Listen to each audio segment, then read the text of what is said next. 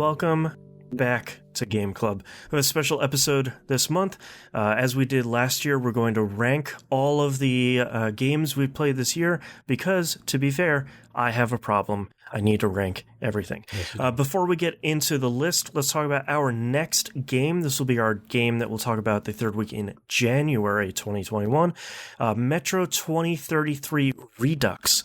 I guess you could probably play the original if you want.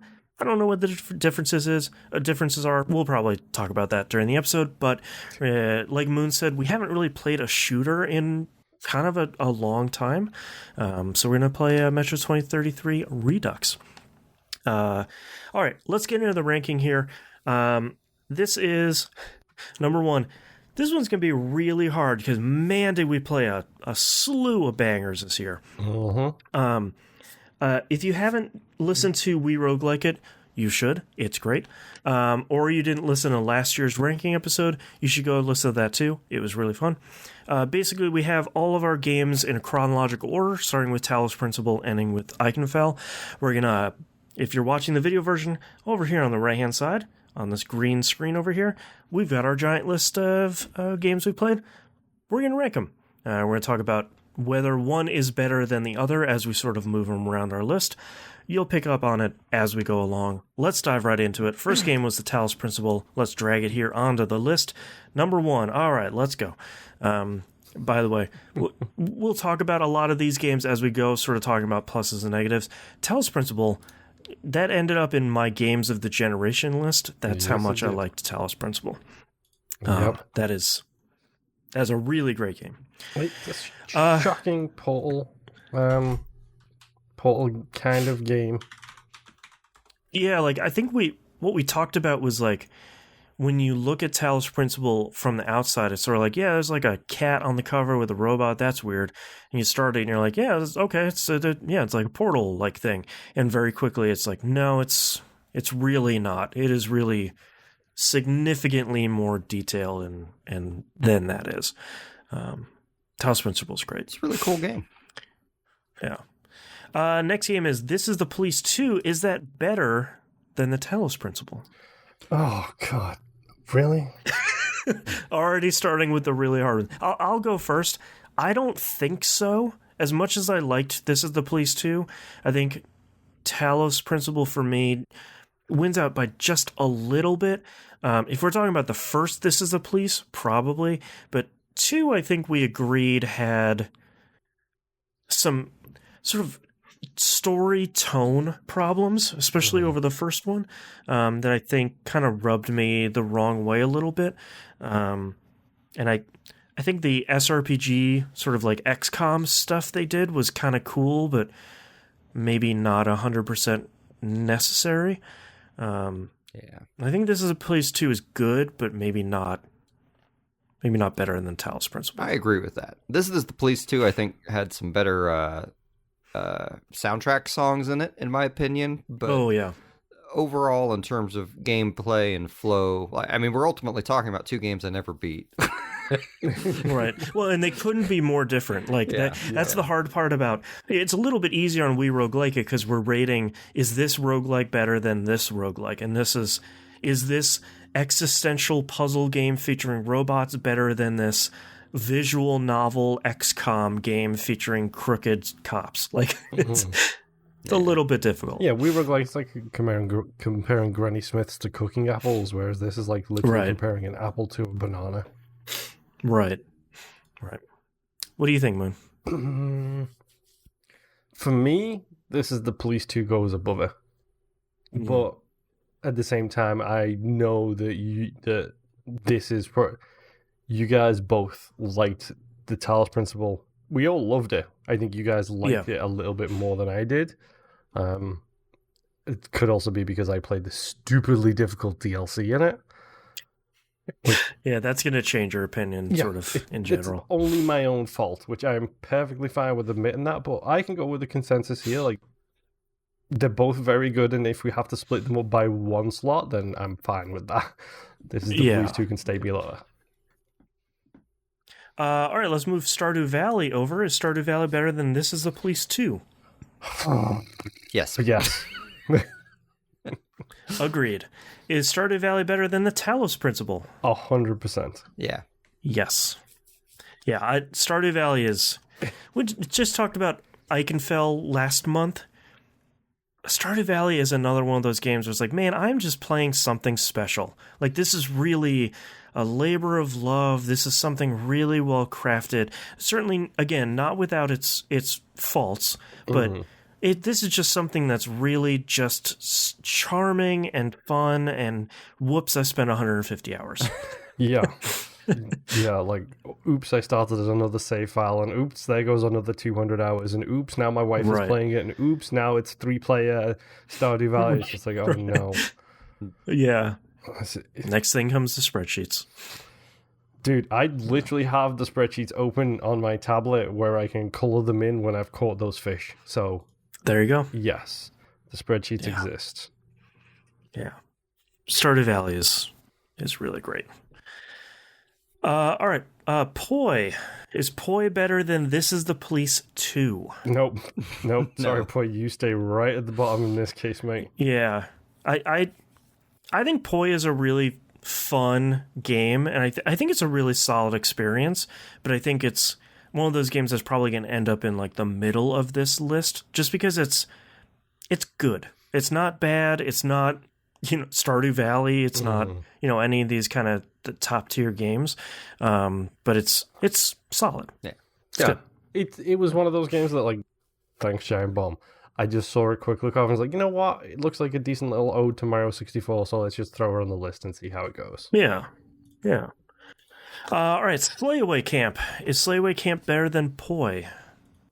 Yeah, I think it is. Oh, really? I was going to say no, actually. I guess I'm splitting hairs. I could go either way, but for me, like, I'm not a platformer fan. Slayaway Camp feels cheap in a number of respects, in my opinion. Oh, and like, probably because I'm pretty sure it was a mobile game before it came to consoles. Yeah. Poi has a certain level of polish and fidelity to the world that I think kind of puts it above Slayaway Camp for me. Plus, the mechanics of Slayaway Camp are in another game that we played this year. Right. Yeah, I mean, don't get me wrong, I can see either way. They're both actually really good labors of love. Like, Poi is obviously a case of let's make Super Mario 64, and Slayaway Camp is we like horror movies. Look at all of the references we can throw into these horror movies in all of our stuff. Right. It was getting the ridiculous avatars for that game and kind of trouncing stuff with it. I don't know. Maybe those puzzles were just too hard for me. When I think of Poi, I think about that cool sky and going between the airships and things like that. But I think I would put Poi above Slayaway Camp because I feel like if you're comparing the two of them directly, I think Poi has a lot of variety of content. Like, sure, it has like an ice world and a snow world and that horrible machine world that you had to do in the dark for far too long. But it also has like those cool speedrun levels. It has seemingly about 4 million things hidden in it. It has a new game plus where you literally have to beat the game without getting hit once. Ugh. Yeah, like there's a lot of stuff, and I feel like Slayaway Camp, not in an inherently bad way. It's a little bit one note. Like, obviously, look, I love The Witness. There's literally one type of puzzle in that game. So, like, I think you can do a lot of interesting stuff with that, but I think Slayaway Camp, if there was a Slayaway Camp 2, I feel like they would probably resolve those issues. But for me, Slayaway Camp is just sort of like, okay, like, yeah, kind of, after the first hour, I feel like I kind of seen everything this game has to offer. Yeah. I mean, you didn't, but I can see where you're coming from. Like, honestly, Slayaway Camp's biggest flaw, I would say, is just how complicated that thing gets. Because it gets so bad with, like, oh, don't kill any cats and turn off the lights and de-electrify the fences and then go kill these people and turn the lights back on. Use the phones. Don't fall in the water. Yeah. Yes. Right. Yeah. All right. God, here's the tough one. No. Vampire the Masquerade Bloodlines. Is that better than Slayaway Camp? Yes. Better than Poi? Yep. Yes. Better than This Is the Police 2? Yep. Yes. Better than Talus Principle. Yep. Better than Stardew Valley. Boy, couldn't be any more in the opposite. This is a real like Doom Animal Crossing matchup. I don't know where you guys are going to land. For me, it's better. I like it better than Stardew, but I completely understand if you guys don't. Mm-hmm. For me, Moon, what's your case for it stopping? For me, it stops here for two reasons. Number one, it's broken. Very broken. If it wasn't for fan patches and that rabid cult fan base that we all love, I'm looking at you, Alpha Protocol, this game wouldn't be anywhere near as playable as it is. And it's very playable right now. Yeah. Just, break the game, don't launch it from the original launcher and launch it from this fan patch launcher instead is... Right. It's a great game. Talking about Vampire Masquerade, it's a great game. I am super hyped for the second game based solely off playing this game. Yeah. I mean, we're talking 2 juggernauts right now, so and that's going to be a large, we have more juggernauts coming, Yeah, we do. I love Vampire. I think it's fantastic. I think the voice acting is great.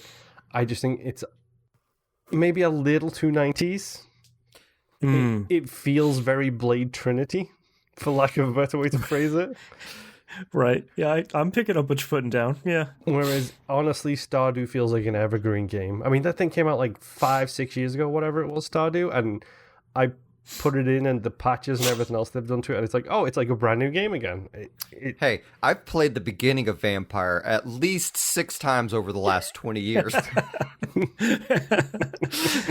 But I feel like that's one of Vampire's larger problems is that first area is pretty large and has a bunch of side quests and everything is it's very well fleshed out. And then after that is the scope kind of keeps shrinking and shrinking and shrinking and shrinking. Mm-hmm. Yeah. I love them both. And honestly, I might prefer Vampire as a game myself, just because, for those of you who don't know, I'm a dark gothic kind of guy. Me and Musim are alike in this kindred. We like our dark themes. Boston is the EDM freak in the room. Whereas, And personally, I might like Vampire a little bit more because its themes speak to my soul, my dark, dry, ashen heart. Mm-hmm. Where I think Stardew is a better game. I mean, I think Stardew's not ridiculously broken and doesn't have weird pacing problems in terms of what you have to do to progress the story and this and that. And I love Vampire wholeheartedly, but I would not blame you guys for keeping it at this point. I feel like Moon, I think you've swayed me keeping it at this point because I think you're right. I think Vampire is a great game. It's a classic for a reason. Mm-hmm. It's one of those things where it's all right, yeah, this is... Now I know why people haven't shut up about it in the last 20 years. It is that good, but Stardew Valley, come on. Yeah. I still can't get the chiptune version of Earth Angel out my head. Every time I see Stardew Valley, I just think of that piece of music. Yeah. All right, this next one's pretty easy. Saturday Morning RPG at the bottom, right? Right where it is. That all the way. Go listen to that episode for a wall of heat. Just, I encourage everyone to go make a game. I think it is such a cool experience to go make something, or write a web page, or code something you've always wanted to see, learn a new language, something like that. It just doesn't always work out, and that's okay. At least we got limited run games out of it. Yeah. That was that's the silver lining. The one point I made was the only good thing about Saturday Morning RPG was we got LRG from it. Yeah. All right, Return of the Obra Dinn obviously is better than Saturday Morning RPG. Is it better than Slayaway Camp? Yes. Dude, let's just end this conversation right now.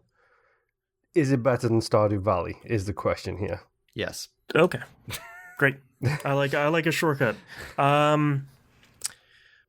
I would say yes, because I think Return of the Obra Dinn is, for me, one of the best designed games I have ever played. Mm-hmm. And I think it is... we talked about this, I think it was in the Games of the Generation episode on TVGP back in early November. It's rare that you get a puzzle game. The chorus you always hear about puzzle games is, oh, the game made me feel so dumb until I felt smart, and then I felt dumb again on the next puzzle. I never felt dumb when I was playing this game. I just felt like I hadn't found that little snippet, that one little nugget of information that put like 5 clues all together at once. And it wasn't because I was too dumb. It's just I hadn't yet like turned the camera or realized there were numbers on the hammocks, or I didn't think about who shot this body. Like, you didn't get the information yet. And when that stuff comes together, it feels great. But at no point did I ever feel like, God, if only I had read like more books, I would have figured this game out. It's also one of the oldest type of game mechanics that has ever existed. Like the lateral thinking, problem solving has been around since pen and paper were invented. Like this is a thing I've been playing since I was a child. But the framing device, the music, the representation, the way they've evolved it, so not just written clues but video cues, audio cues, language cues. Like, yeah, it's almost like a radio play, because like almost all of these, when you dive in with your pocket watch, it's just a black screen, sometimes some text on the screen, and a bunch of sound effects, and you're sort of left to figure out what happened. And I really loved closed room mysteries, and this is like the ultimate closed room mystery of all the people died on this ship in the middle of the ocean. What happened? You see, and I guess I slightly disagree with you, Moonpier, in that I think this is a completely unique mechanically game. And maybe that's not exactly what you were saying a minute ago with having always played this throughout your life. But obviously they build on like a lot of old adventure game mechanics and solving by... I think we actually agree with each other. I think literally it's one of the oldest mechanics, but the way they've updated it and the framing, brought it forwards is just perfect. Like, I agree with that. Nothing else that exists like this. Well, and I feel like most gamers can agree. We all like attention to detail. Like, it's cool when the story matches whatever the mechanic is. It's cool when like the menus do. It's cool when the game acknowledges some weird little thing you did. And while this is no Mass Effect by any means, it's still fun, like the tiny little variations that I guess there's only 3 ending variations, but it's still cool that that's there, and it's cool that the ending is there, and it's cool that they made an incredibly entertaining game out of you being an insurance inspector. Right. And I feel like I'll never forget the very first time you dive in with the pocket watch and you hear the captain shoot at someone and you're staring down the barrel with the bullet coming at you, and as soon as you turn, you notice everything's just a diorama, and that never got old throughout the game. But like, man, that first impression where you're like, holy, like, look at all this. Like, the art style is super cool, but like, man, look at, I can walk around all these things, and it's just... with me and my Switch in like the middle of the night, like squinting right at, it's like, oh, what's this guy? Is his shoes different? I played this entire thing on my like 49-inch television, like 3 feet away from me, and I still was like squinting at the screen, like, right, like, a detail is that guy's hat the same as this other guy's hat? Yeah. And so it sounds like it's our number 1 game. Yeah. And I'd never thought about it before, but I think that's a completely true observation. The game never made me feel dumb either. So it's really, boy, Return of the Obra Dinn is really great. All right, next game, the Sexy Brutal goes above Saturday Morning RPG. Is it better than Slayaway Camp? Is this going to be on me to find out where this goes in the list? No, I'll have an opinion. I think it's better than Slayaway Camp. I'll go with that. Is it better than Poi? So, for me, yes. As the only person sitting in one of these 3 chairs that played the game, yes. It is better than Poi.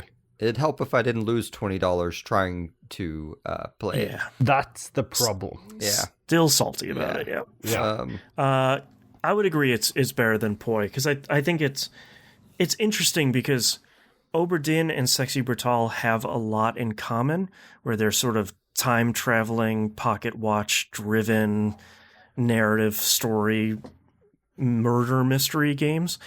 And I think the Sexy Brutal does a whole bunch of stuff really interestingly, and I think it tells a really cool story about the grief that comes from loss.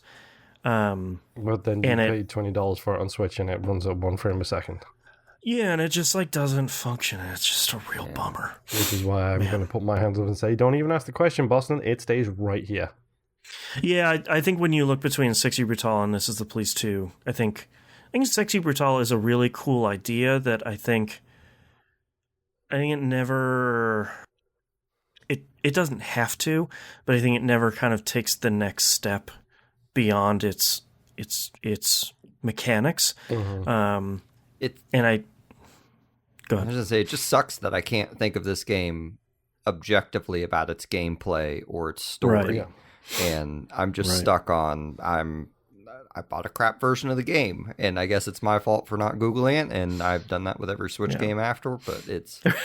Yep, once bitten, twice shy. Yep, you actually said that. I can't even remember what it was. I think it might have been the most recent game, Eichenfeld. Like, you literally said when we were talking about, that's the game we're going to play, you were like, I'm Googling to see if it works on the Switch, and Boston was like, good idea.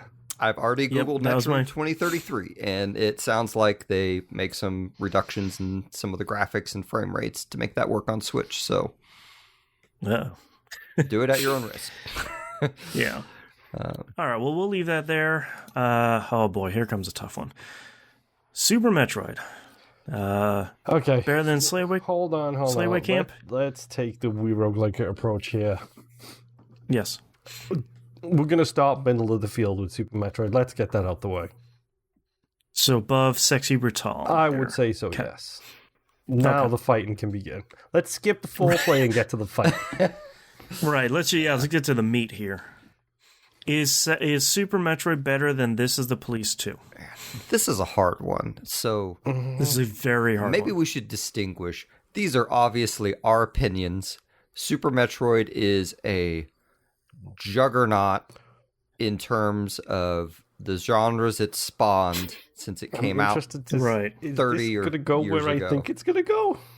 I just don't think it's going to wind up at the top of the list. No, 100% no.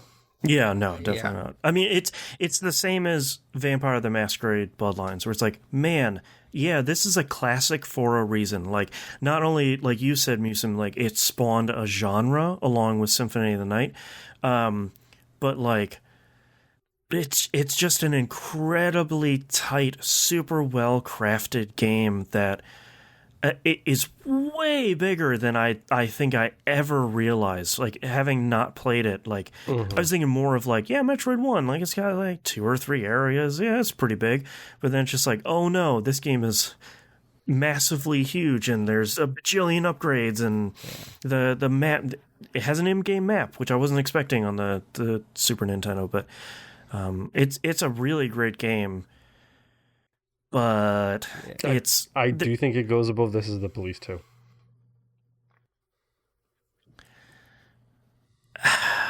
You could convince me, I guess. What's your rationale? I'm curious. Let me convince you. Obviously, comparing apples and bananas here. That's fine. Obviously. Whatever. You played This Is the Police 2, and me and you have had this discussion since. You think that you like This Is the Police 1 better. Just by a smidge. Just a skosh. Yeah. However, Super Metroid, if you would have played it on the SNES, and I'm not saying we should view them all of games like this, Vampire is the best game because in 1996 this would have killed me, and it would have. Sure. I think on legacy alone, Super Metroid should be above This Is the Police.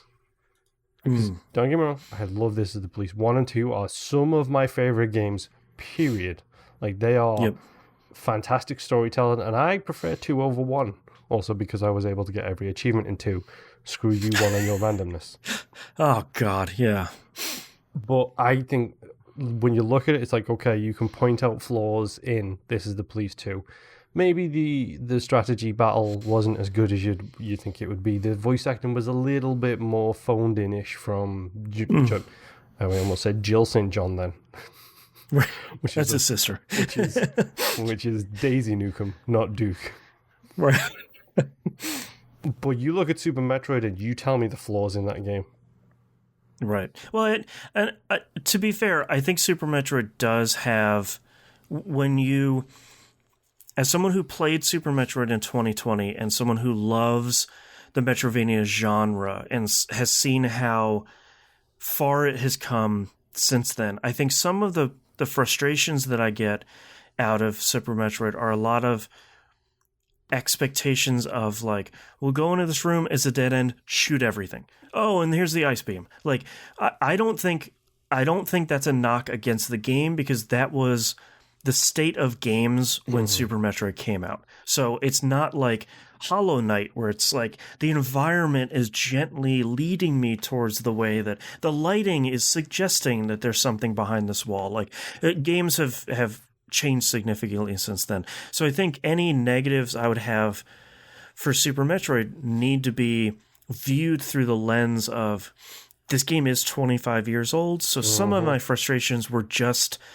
it's like it's potentially someone starting Chrono Trigger today, where it's like, yeah, it's a classic, but there's all these little kind of frustration points that, if you're starting it nowadays, might be larger issues. And failed to play Chrono Trigger several times. And I get it.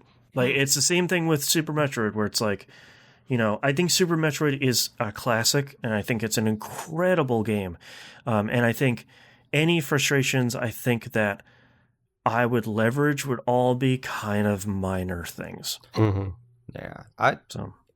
For Super Metroid, I feel like my argument to put it above This Is the Police 2, and I don't know that I would want it any higher, is where the Metroid saves you. Like, I feel like that's a darling, sad moment in the game. Like, yeah, that's a great scene. Kind of, you just kind of forget that she has a Metroid following her around at the beginning that kind of caused the issues, you know? And yeah, right. I really enjoyed that.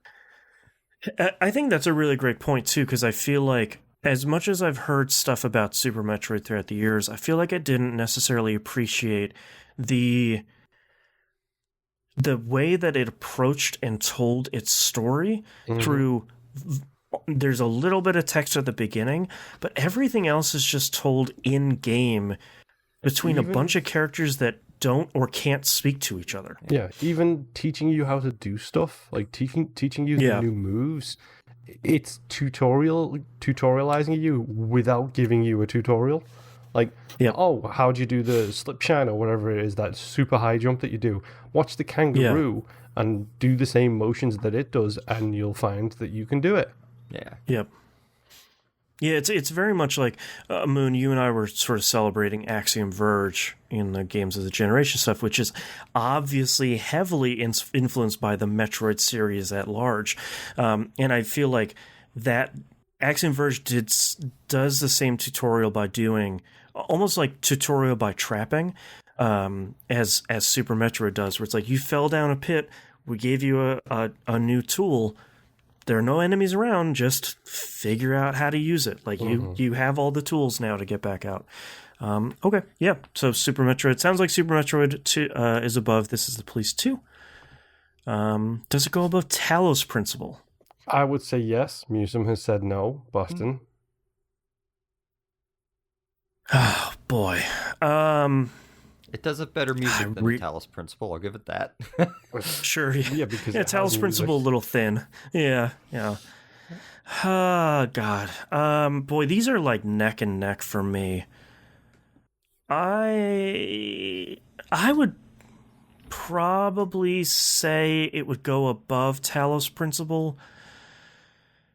I think me remembering the storytelling in the game and like a lot of the environmental stuff that's going on is kind of pushing it above Talus Principle. I think Talus Principle does everything really well, and I think it especially does tutorialization really well. And sort of comparing apples to apples here.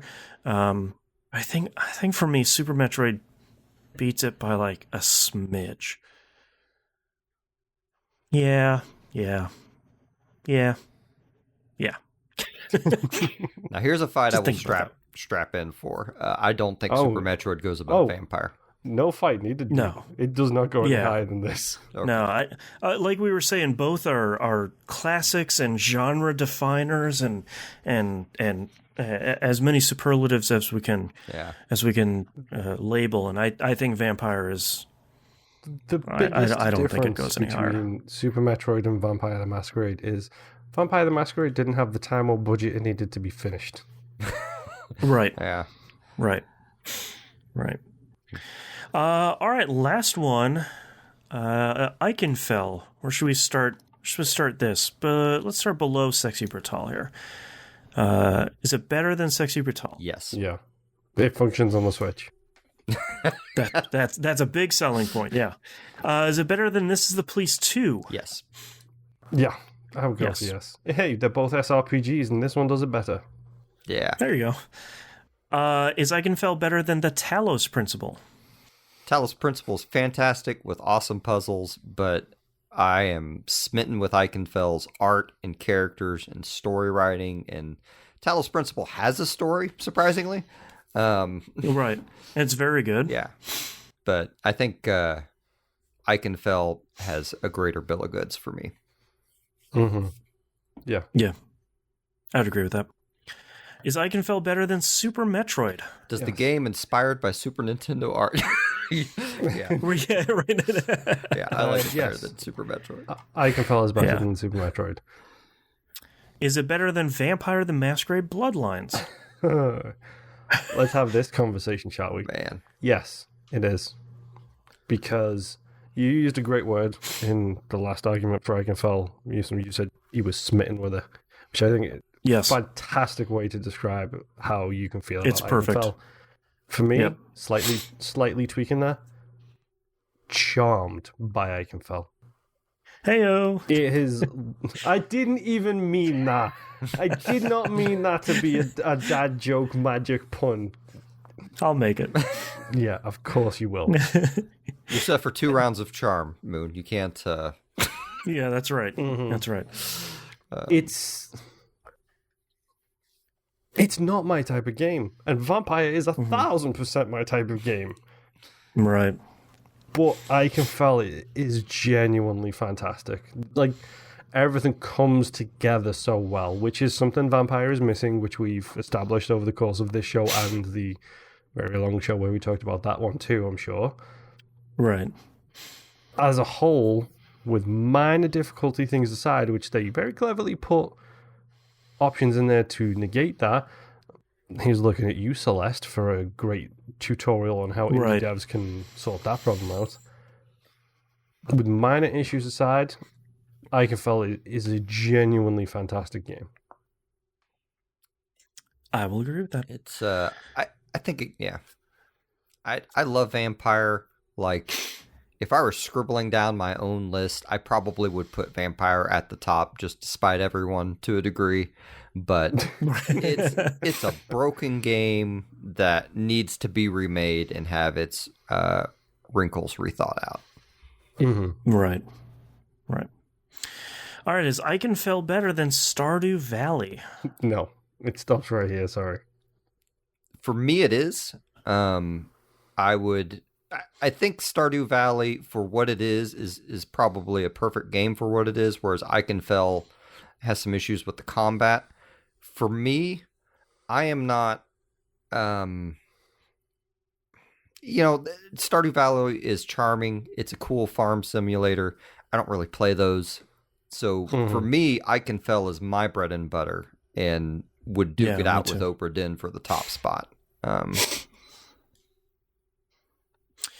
Yeah, I feel like if you... So this one was hard and not hard at the same time. If it was my list, Eichenfell putting recency bias aside, Eichenfeld would probably be my number one game because there's so much about it that I really loved. Even, last month we spent like almost 30 minutes just talking about the story itself. Like, there's so much about it that's so strong, especially featuring just so much stuff we don't see in games in general. And I think I was really charmed, to use Moon's word, by that. But in the Game Club ranking list, I don't think it goes above Stardew Valley because I think Stardew Valley's problem is its combat. It's boring, but it functions.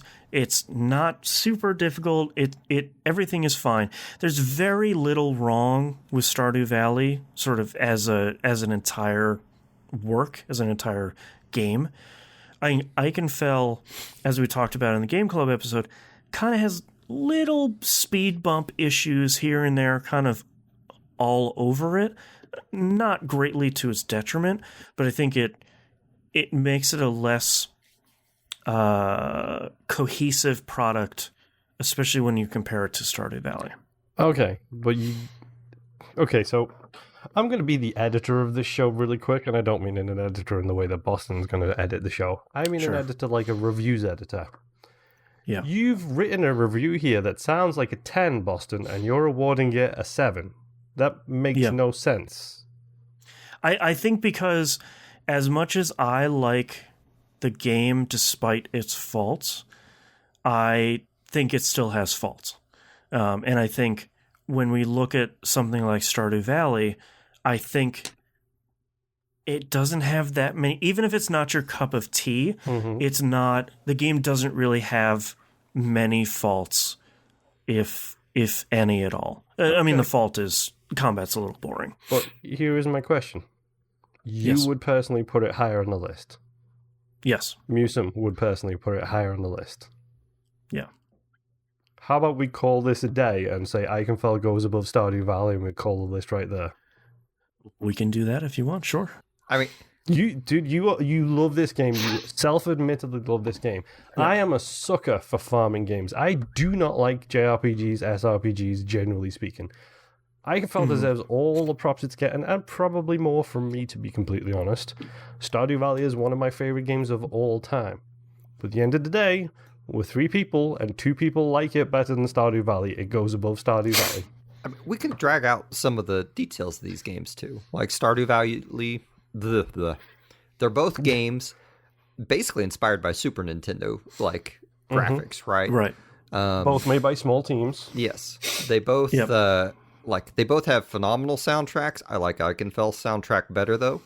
Stardew Valley does have a story in there. Like, it starts out and you're in a cubicle of all things. Like, I was not expecting that. Like, it's not a strong story, and it's more of a feel-good game. It's not a strong story till you start dating somebody. Then it becomes hella strong. Oh, does it? Okay. That's right. Like, that's true. Eichenfeld, I think, has a strong story all the way through. I think all the side slow things, start, to be fair. It does take a while to figure out what's going on. But even like encountering the ghosts in this first area, like just the artwork of the ghosts and them having personalities other than we're just monsters, I thought were great. The professor reveal for the alchemy professor was pretty solid as well. Where it's the monster. Yep. Really good. That was pretty great. All right. So I guess it does sound like it goes above Stardew Valley then. Okay. But it sounds like it doesn't go above Oberdin. For me, 1,000% it doesn't get above Oberdin. Yeah. I mean, Oberdin is, maybe there's a fault in there. To me, that's a perfect game. And I feel like we have an argument to keep Eichenfeld where it is just for the fact that the combat has issues. Yeah. I would agree with that. All right, well, that sounds like it's our list for those listening at home in the audio version. Let's go from the bottom to the top. Saturday Morning RPG at the bottom, followed by Slayway Camp, Poi, The Sexy Brutale, This is the Police 2, The Talus Principle, Super Metroid, Vampire the Masquerade Bloodlines, Stardew Valley, Eichenfeld, and at the top, Return the Oberdin, a list that looks significantly different than the one that I thought we were going to get when we came in here. But dude, the same thing happened last year though. Like, look at the way we did it last year. We were like, oh, it's going to be easy to decide the top, and it's like, oh wait, no, look at all of these. No, these were all, these were all really, really good games. We could say that 2020 has had its issues, but our year in Game it was Club around about the Saturday morning RPG time that they started really having issues. Our year in Game Club, I think, has been pretty freaking great. Honestly, yeah, we've had like. I would take the bottom 3 off that list. So Poi, Slayaway Camp, Saturday Morning RPG. Cut Saturday Morning RPG completely out of the equation. If you like puzzle games, play Slayaway Camp. If you like platformers, play Poi. Everything above that, I would recommend. Yeah. Go play through every one of them. They're all, for totally different reasons, they are all really great games. Mm-hmm. Yeah. It was definitely... It's another one of those years, though, where it's like... Oh boy, that would sure be Game of the year it came out. If only I'd played it then. Right. Yeah, just like a list of like, those were Game of the Year for pretty much whenever it came out. I also feel like if we had this argument on a different day, like the top 4 or 5 could be in a different order, possibly. Like, absolutely. Like Oberdin may consistently win more, but that's a less than a % difference between those 4, I would say. Yeah. Yep. Yeah, they're all classics for a good reason. Yeah. All right. Well, thank you very much, everyone, for listening. Appreciate you listening, watching to another ranking episode to help feed whatever is wrong with me, that I have an insatiable need to rank stuff. Appreciate there being an outlet, and we'll see you next month for Metro 2033 Redux. Mm-hmm. Bye. Bye-bye. Happy holidays. However you celebrate. Have fun. That's Be right. safe.